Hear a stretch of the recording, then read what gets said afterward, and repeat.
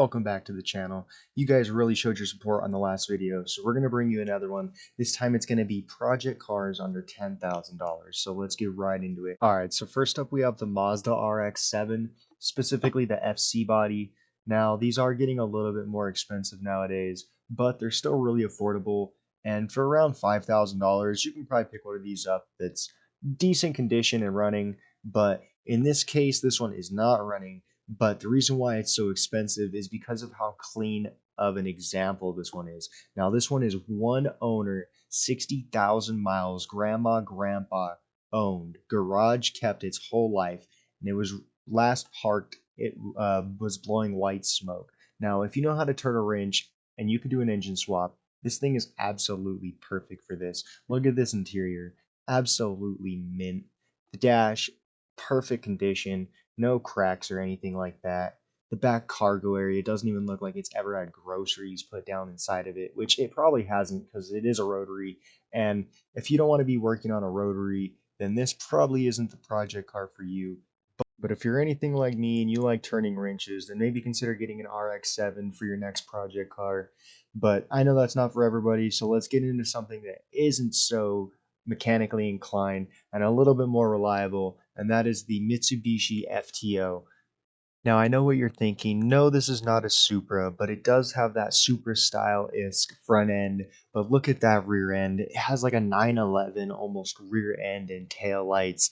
It looks so awesome. We didn't get these cars in America, unfortunately, but in Japan, they did get these cars and they are able to be imported now. And as you can see, there is one for sale right here for $10,000. Now, I know what you're thinking. $10,000, that's the whole budget right there.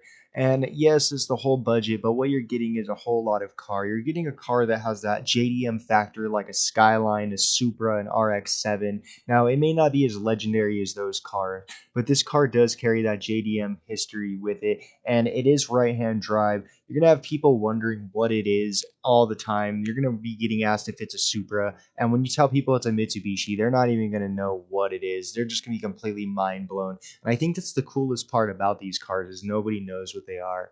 But if that's not your thing, then maybe let's roll on to the next car. So next up we have the E36 M3. I've always had a soft spot in my heart for these cars just because how boxy they are, but yet how aggressive and menacing they can look at the same time. I feel like it's the pinnacle of BMW and German engineering. When you think of a German car, I feel like the E36 M3 just comes to mind first.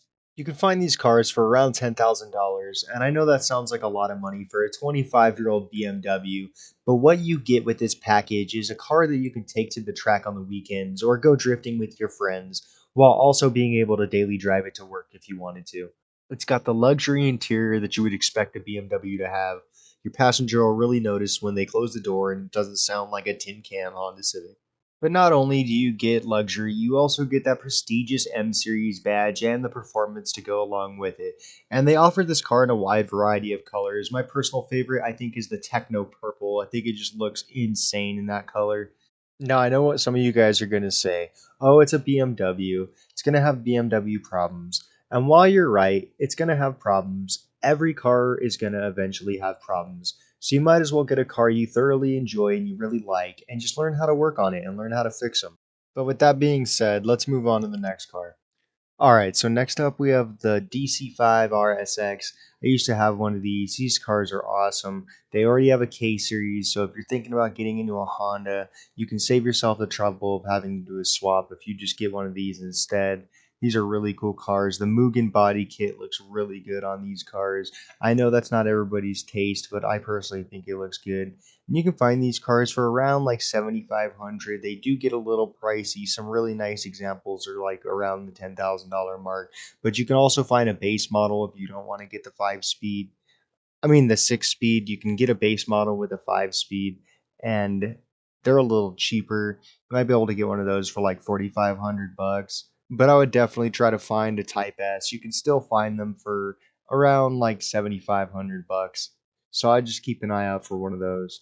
They're really cool. They're definitely a more unique Honda. They're not like the Civic that everybody stereotypes. They're definitely a lot more aggressive looking. They have more of a sports car look to them. But alright, let's get into the last and final car on the list.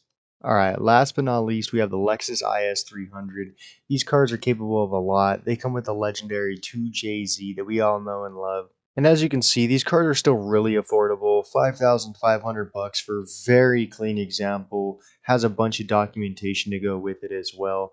Or if you don't want to spend that much, they're even as low as like $3,000. You can pick them up with very few problems and fix them pretty easily because they're just a Toyota after all. And with it being a 2J, you already know the aftermarket community is just huge, and there's so much documentation on the internet of how to turbo them that you could turbo this thing pretty easily. Well, guys, I think that pretty much wraps it up for this episode. If you guys like car content like this, then feel free to subscribe, share, comment, or like. It definitely helps out with the algorithm and it really helps out the channel, and I appreciate every single one of you guys.